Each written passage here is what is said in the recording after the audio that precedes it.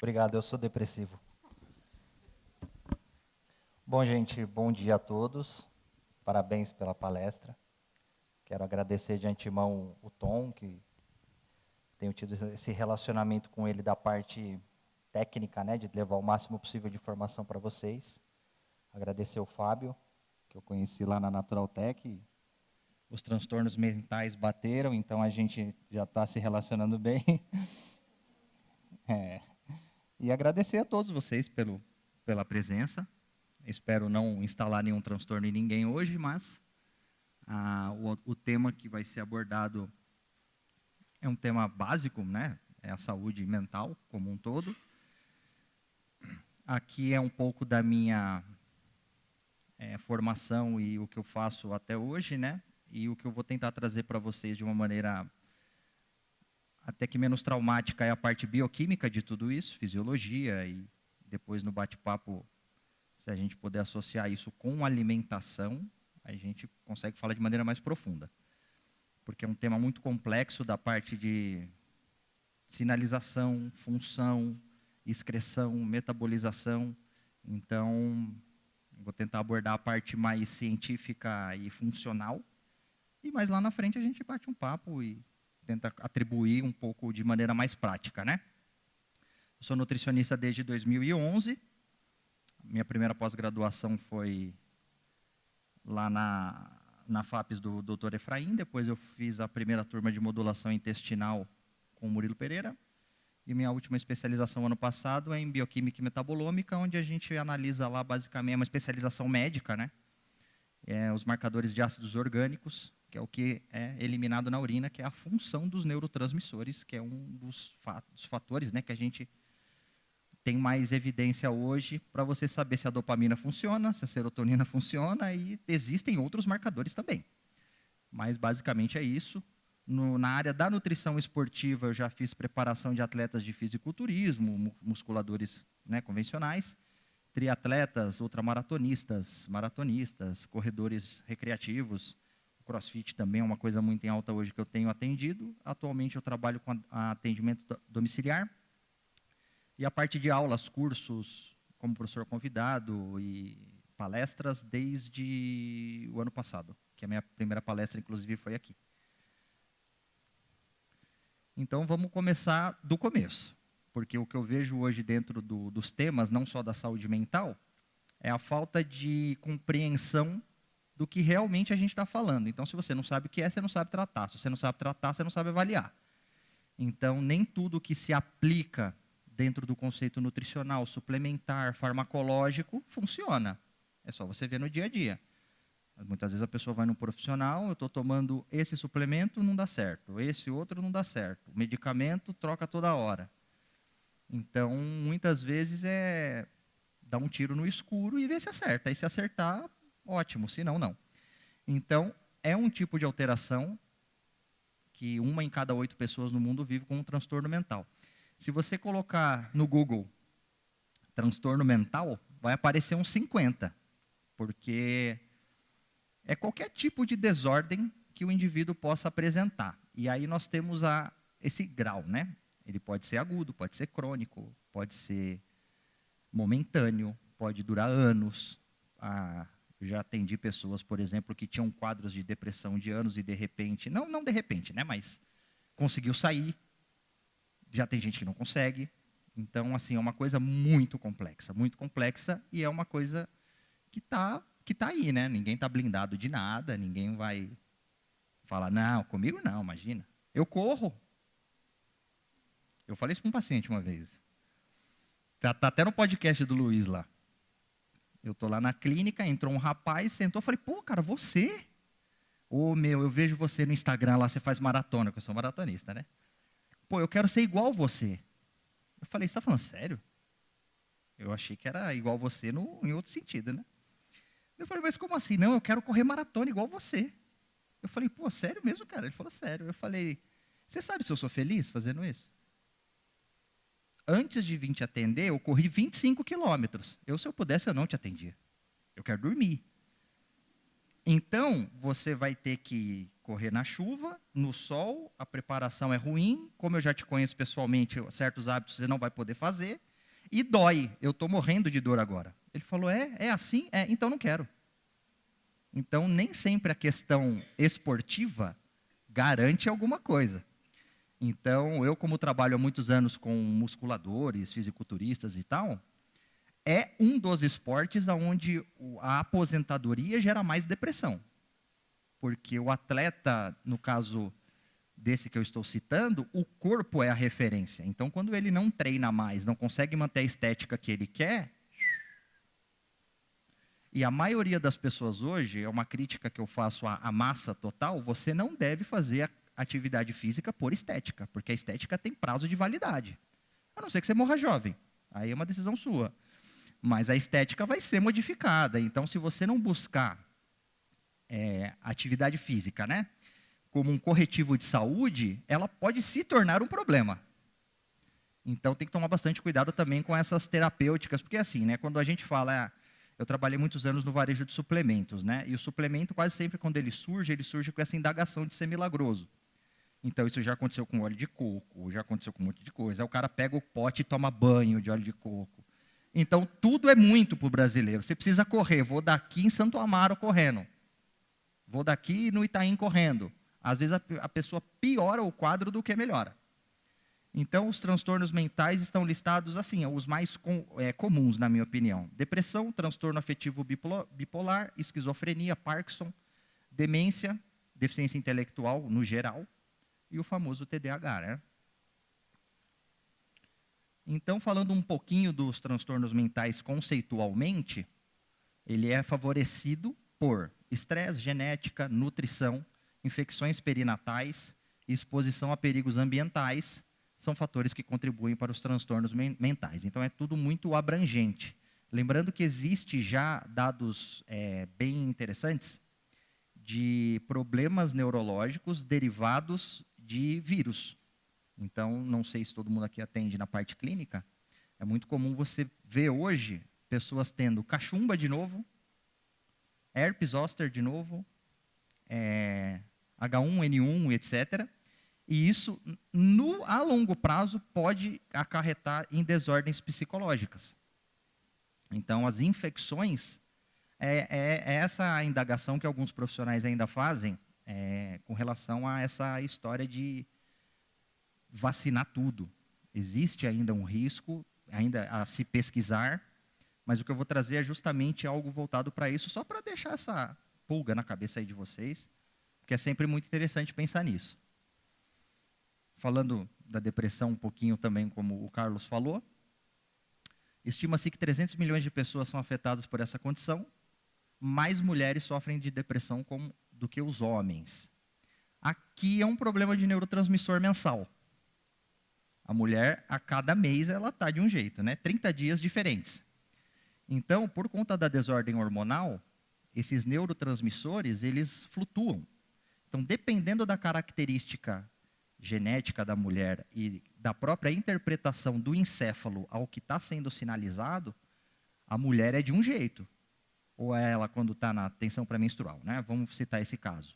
Ou ela chora, ou ela é homicida, quer matar as pessoas, ou não tem paciência, ou come demais, ou come de menos. Enfim, é toda essa senoide das emoções, que está ligada aos neurotransmissores. Então, aqui um dado interessante também, brasileiros demoram em média 39 meses para procurar ajuda médica para depressão, em média. Então, assim, é na hora que chega no final da linha, né? Quase sempre. Até lá ele já foi, no cigano, no tarô, enfim, vai para tudo que é canto e o médico é o último. E o nutricionista, se chegar um dia, ele vai aparecer no processo, né? O nutricionista dificilmente vai aparecer. Eu já sou triste, não posso comer nada? Não dá. Aqui é o transtorno afetivo bipolar. Muitos, acredito que todos conhecem, né? Cerca de 60 milhões de pessoas em todo o mundo. Consiste tipicamente em episódios de mania e depressão, separados por períodos de humor normal. Então, a pessoa é inconstante o tempo inteiro. Essa é a parte, acho que mais triste, né? Você acorda de um jeito e vai dormir de outro. E de tarde você está de outro jeito também. Aqui são casos mais crônicos, né? E mais tristes da história, que seriam esquizofrenia, transtorno mental grave, que afeta cerca de 23 milhões de pessoas em todo o mundo. Aí, dentro dessa situação, nós temos psicoses, caracterizada por distorções do pensamento, percepção, emoção, linguagem, consciência do eu e comportamento. Alguém aqui já teve contato com uma pessoa com esquizofrenia? É terrível, né? Então, esse seria, para mim, o caso extremo dessa desordem cerebral. A demência, que geralmente a gente conhece mais hoje como demência senil, né? Então, com o passar dos anos, aí, a capacidade neurocognitiva ela vai ficando debilitada, o que é de se esperar. O problema é que tanto as desordens de comportamento social, sedentarismo, obesidade, álcool, tabagismo, drogas no geral, antecipa isso. Então, quando a gente usa aquele termo engraçado que frita o cérebro, é verdade, aquilo acontece. Inclusive, existem trabalhos de PET scan do cérebro que eles analisam a temperatura do cérebro. Então, quando você está estressado, por exemplo, o cérebro esquenta. Para você dormir, você tem que esfriar o núcleo supraquiasmático cerebral, que está bem aqui atrás do olho, onde a melatonina tem ação. Então, pessoas com distúrbio de sono têm problemas de hiperaquecimento do cérebro, que é derivativo da dopamina. Então, você não pode ter dopamina à noite, preferencialmente, porque ela é antagônica à melatonina. Onde tem dopamina, não tem melatonina, e vice-versa. E o risco de você pular numa piscina de melatonina para corrigir o seu sono, que é ruim, é você gerar um quadro de demência a longo prazo, porque ele é antagônico da dopamina. Então, você dorme, mas não levanta. É quase um falecimento por um período. Então, tem que tomar cuidado com os excessos, obviamente. Já a demência, como é uma coisa assim mais sensível, as análises são um pouco mais abrangentes. Afeta a memória, pensamento, orientação, compreensão, cálculo, capacidade de aprendizagem, linguagem e julgamento. Atinge cerca de 50 milhões de pessoas. Então, é capaz até de alguns aqui se encaixarem dentro daquela lista. Mas o que eu estou querendo dizer é a abrangência. Porque, assim, dentro de um critério nutricional, de uma vida normal, é esperado que você tenha uma certa capacidade cognitiva, né? Que seria um teste de QI, pensemos assim, né? Então, você percebe que quando você começa a entrar em debilidade, algum desses fatores aí começam a ficar desequilibrados, né? Tipo, está dirigindo, daqui a pouco esquece onde está. Já conheci muita gente assim.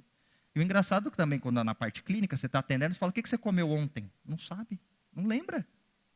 Então, isso já é um dado que o profissional, na anamnese, consegue já ir tirando algumas coisas, né? O TDAH, o famoso, né? Caracteriza-se por sintomas de desatenção, inquietude, impulsividade, chamado às vezes de DDA, distúrbio de déficit de atenção. Qual a diferença? Não tem a hiperatividade. Então, isso é um quadro e o TDAH é outro quadro. Ocorre em 3 a 5% das crianças. Isso geralmente alavanca na fase inicial da vida, que está muito envolvido justamente com a própria alimentação, aleitamento materno e parto. Isso envolve muito a questão hoje, que é quase uma comercialização da parte médica, de fazer cesárea a qualquer custo, né? Isso gera muitos problemas também, inclusive de imunidade, saúde intestinal. Então, assim, o que eu acho legal de vocês irem captando aos poucos é que é um tema muito complexo. Não é isso e acabou. Então, tem várias vertentes de gênese, de prolongamento das alterações, da intensidade das alterações, está tudo no mesmo pacote. O autismo, né, que é uma doença genética, congênita também. Indivíduos com transtorno do espectro autista frequentemente apresentam outras condições concomitantes. Então, além da parte neurológica, existem outros fatores a se analisar. Em casos crônicos, a gente tem a epilepsia, depressão, ansiedade, transtorno de déficit de atenção e hiperatividade. O nível de funcionamento intelectual em indivíduos com transtorno do espectro autista é extremamente variável.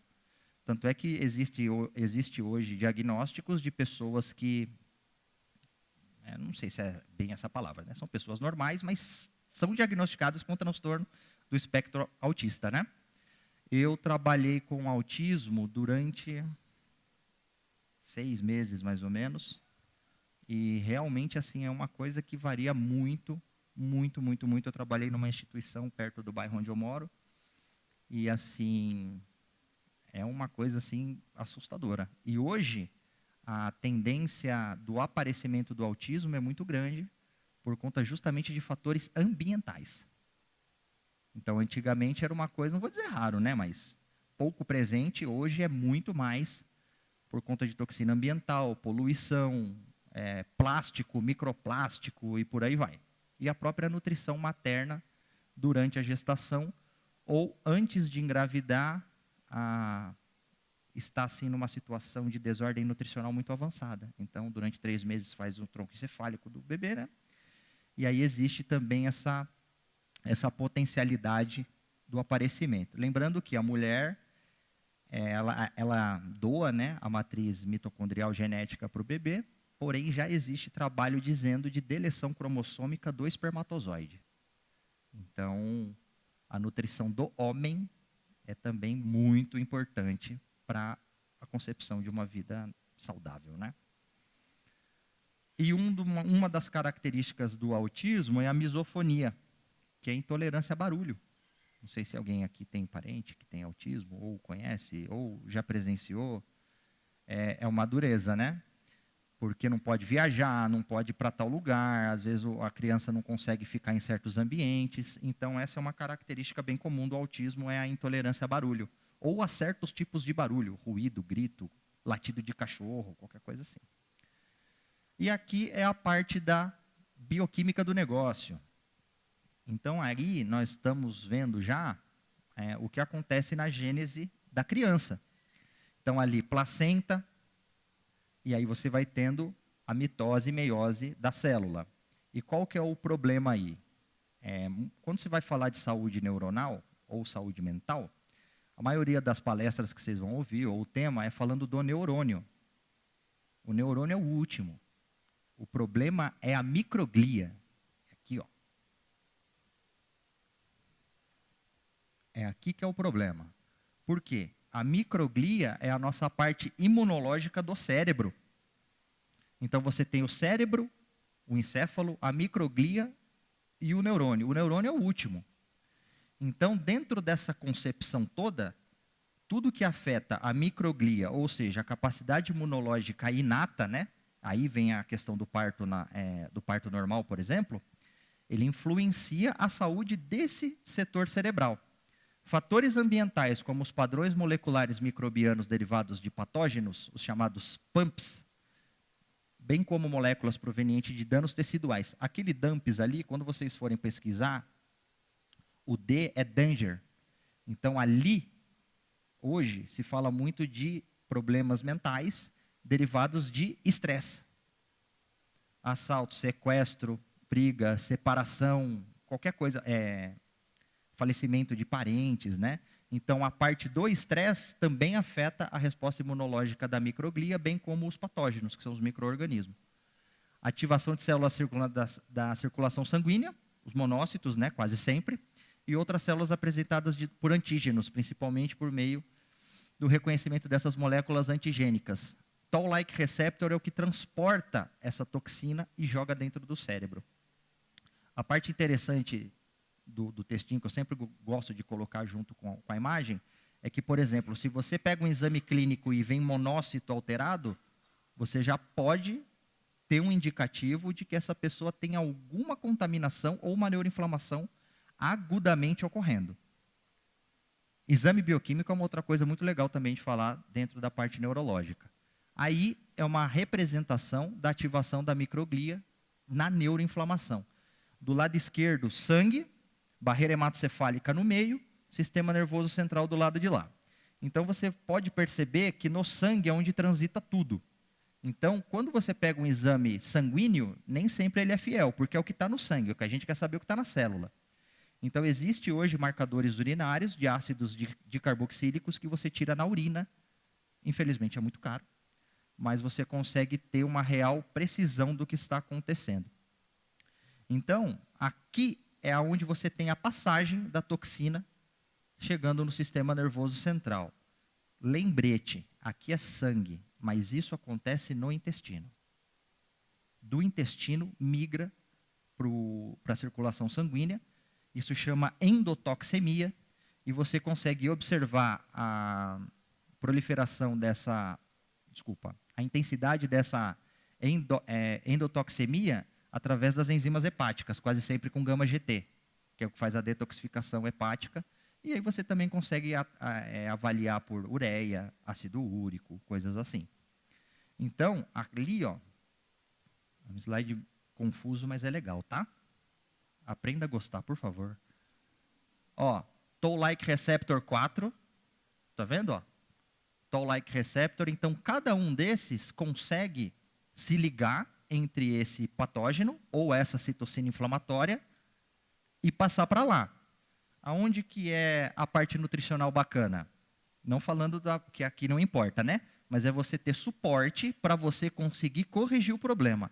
Isso é igual a nutrição oncológica, né? Você tem a replicação do conteúdo do DNA e você tem as histonas. Isso acontece assim, vai girando e vai trabalhando. Cada erro que dá, o seu organismo vai lá e repara. Vai lá e repara, vai lá e repara. Qual que é o problema? Quando essa reparação começa a ser ausente ou deficiente. Então, só dando um exemplo rápido, é muito natural você ver, por exemplo, em tumores, tecidos tumorais, cabelo, dente, dentro do tecido. Então, é uma replicação deficitária. E aí, aqui, são as células endoteliais. Aqui você tem a ativação da microglia. Aqui é quando a coisa ficou ruim, deu ruim. Mas até chegar aqui, você tem toda essa engrenagem de ativação que pode ser corrigida. Então, falando de uma maneira um pouco mais didática, o EPA age aqui.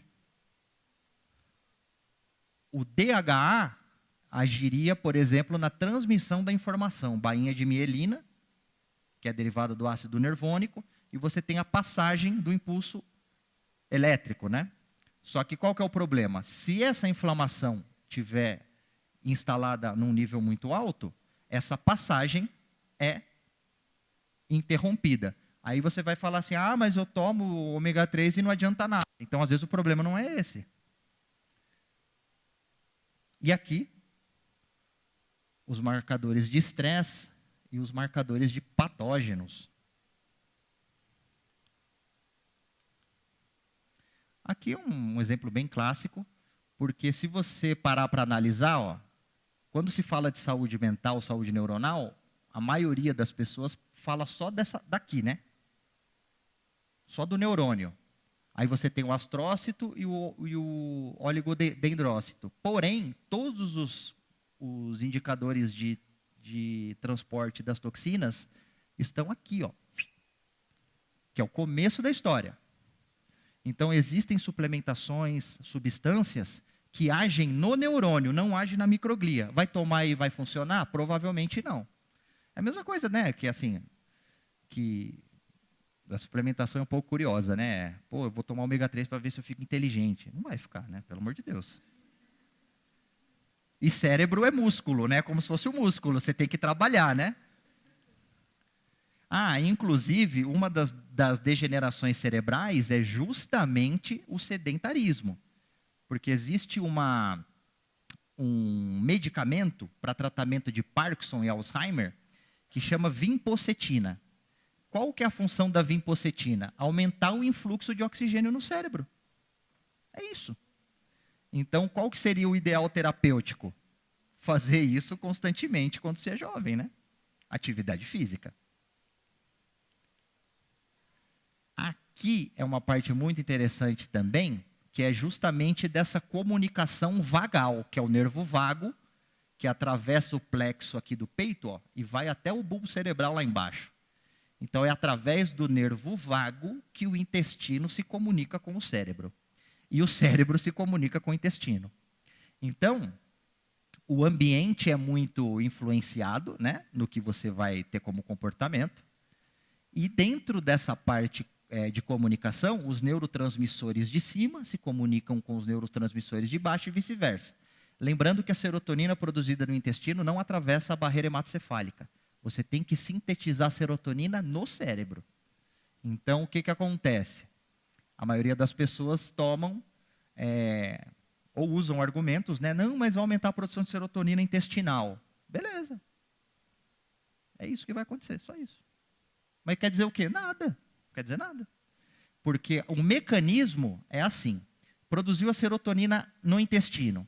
Ela se comunica com o nervo vago e no cérebro você acaba tendo um disparo neurotransmissor diferente.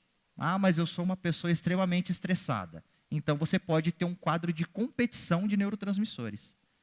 A sua, sei lá, intolerância, estresse, dorme mal e etc., pode competir com a comunicação intestinal e você continuar, apesar de uma dieta, uma organização alimentar, os mesmos problemas intestinais, ou constipação, ou um intestino extremamente solto. O que o Carlos estava falando, que eu queria complementar, essa desordem também, para quem quiser pesquisar, que são as desordens comportamentais, se chama desautonomia parasimpático-mimética. Quando você tem um quadro de desautonomia, os órgãos inervados pelo sistema parasimpático começam a ficar estranhos. Então, é aquele tipo de pessoa que passa nervoso, faz xixi na calça, vai dar uma palestra, tem que ir no banheiro antes. Então, isso é um quadro de desautonomia, quase sempre gerado pelo ambiente. Mas lembrando que a gente não pode desconsiderar os patógenos, né? Aqui é uma outra informação a respeito do que é reparo e do que é patológico. Quase sempre na mesma condição. Então, lá em cima, reparo da microglia. Então, você tem do lado de lá a parte patogênica e a parte de cá de reparo. Quem já ouviu falar de LPS? Lipopolissacárides, que o Murilo Pereira fala muito hoje, né? Muita gente conhece. Aquilo é produzido no intestino, nunca vai deixar de ser. Só que se você não tiver um fator nutricional em ordem, você dispara a cascata patogênica. Do lado de cá, a parte anti-inflamatória, as interleucinas, o fator neutrófico derivado do cérebro, aonde você faz o reparo. Isso acontece o tempo inteiro. Resta saber qual condição vai te levar para lá ou para cá. Qual que é o problema do cérebro? Ele é interpretativo. O que me deixa feliz não deixa você feliz. O meu pai... Está gravando? Porque eu vou falar do meu pai. O meu pai, ele tem uma frase incrível. Meu pai nasceu em 1959, teve uma vida da roça, aquela coisa toda, sofrido, BBB. Hoje ele vive no mamão, hoje está de boa, né? Aí um dia a gente conversando, eu já cansado de ouvir sempre a mesma reclamação, de nada, obviamente.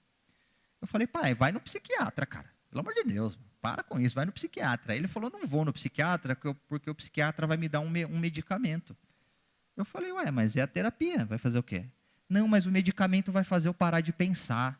E eu não quero parar de pensar. Eu quero parar de pensar o que eu penso. Então, isso é célula, toxina, teve contato e reparo. Mas existe dentro desse buraco aí o comportamento e o ambiente. Se você está se sentindo insatisfeito, né, aquela coisa toda, vai ficar bastante complicado para você ter esse reparo. E aqui é a via bioquímica da maioria dos nutrientes. Nem sempre o triptofano vai funcionar, porque ele tem que ir para a síntese de melatonina no ciclo circadiano à noite, mas ele tem que produzir serotonina. No meio do caminho, dentro de uma situação inflamatória, ele vai para a via das quinureninas. Se alguém aqui já tomou triptofano sozinho e teve dor de cabeça, não tome nunca mais. Porque isso já é uma situação inflamatória neuronal e intestinal. Então, hoje no mercado, você tem muitas outras versões. Não é que o triptofano faz mal, né? O discurso quase sempre é esse. É só uma inadequação metabólica. Essa é a rota do triptofano. É por aí que magnésio, acetilcisteína, faz o papel de controle para que todas essas enzimas funcionem e o ciclo vá para onde deve ir. Então, ali, por exemplo, nós temos uma enzima que depende de B12 e de ácido fólico, que é a última lá da cascata, que é a hidroxindol metiltransferase. E, com o envelhecimento, o que acontece? A gente acaba expressando mais essa enzima que chama monoamina oxidase, MAO-A e MAO-B. O envelhecimento é isso. essa enzima, ela degrada a serotonina, a noradrenalina e a dopamina. Então, quando derivado de estresse e etc. Quando você tem essas enzimas hiperexpressas, a serotonina e a dopamina, que é o principal do nosso assunto, ela é disfuncional, ela é hidrolisada muito rápida, não tem função celular e você elimina na urina. Então, às vezes você dá cofator, dá uma série de suplementos e o indivíduo não melhora, por conta da monoamina oxidase. Então, interessante, por exemplo, para entender um pouco mais de um mecanismo assim, é só você olhar a farmacocinética de medicamentos para Alzheimer, Parkinson, etc. Aqui é o metabolismo da dopamina, derivada da tirosina, né? Então, uma coisa que acontece muito na dopamina, problemas dopaminérgicos, é problemas digestivos, porque você precisa de aminoácido livre para conseguir sintetizar. Então, omeprazol só piora, e os problemas digestivos hoje também é quase que uma pandemia aí. Antes de falar de intestino, tem que falar de estômago. As pessoas esquecem muito do estômago e dos critérios alimentares para que isso seja mais suave, né, a metabolização e digestão. Aqui são as referências bibliográficas. A bioquímica ela não é muito fácil, né? Mas a questão é que com a alimentação, a gente consegue melhorar muita coisa, sobretudo no critério alimentar. Então, às vezes, comer os alimentos em outras ordens, dá para a gente falar isso depois no bate-papo, fica mais lúdico. Mudando a ordem da alimentação, não é a ordem que eles falam hoje, que você tem que comer proteína primeiro, isso é antifisiológico. Então, lá no nosso bate-papo, a gente vai falar um pouco mais da alimentação, então façam suas perguntas, fica um pouco mais fácil.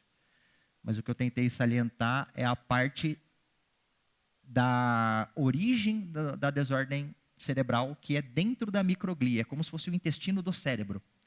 Então, o neurônio, ele é a parte final da história. Você tem degeneração neuronal, mas antes disso você teve alguma coisa.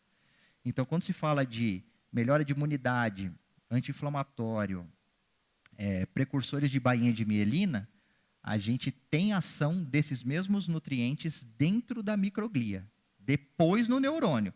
Se está lesando o neurônio, é como e célula neuronal ela é irreversível, né?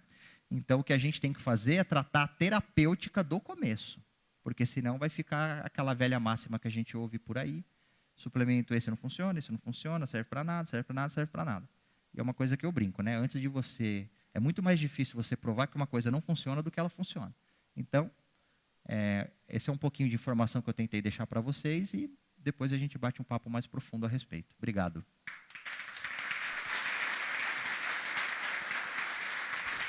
Muito bom. Pode falar, Edu. E eu separei aqui alguns itens da linha da Bigens, mais voltadas para tudo isso aí que a gente estava falando. O ômega 3, clássico. Resveratrol, precursor do gene da sirtuína 1. N-acetilcisteína, precursor de glutationa. A dose é 600 miligramas, tá? Mas para tratar a desordem psiquiátrica tem que ser de 2.400 para cima. Então seriam 6, 7 cápsulas por dia. Coenzima Q10, para síntese do ATP, né? O trio magnésio, que é o famosão. O Brain Mag e a creatina. A creatina é doador de fosfato, sem fosfato você não faz nada. Associação do magnésio com os cofatores, né? Enzimáticos e precursores de enzimas. E o trio magnésio, que é com inositol, que melhora a entrada de glicose dentro da célula para fazer as coisas funcionarem melhor, com associações, né? E é isso aí. Obrigado. Obrigada, Edu.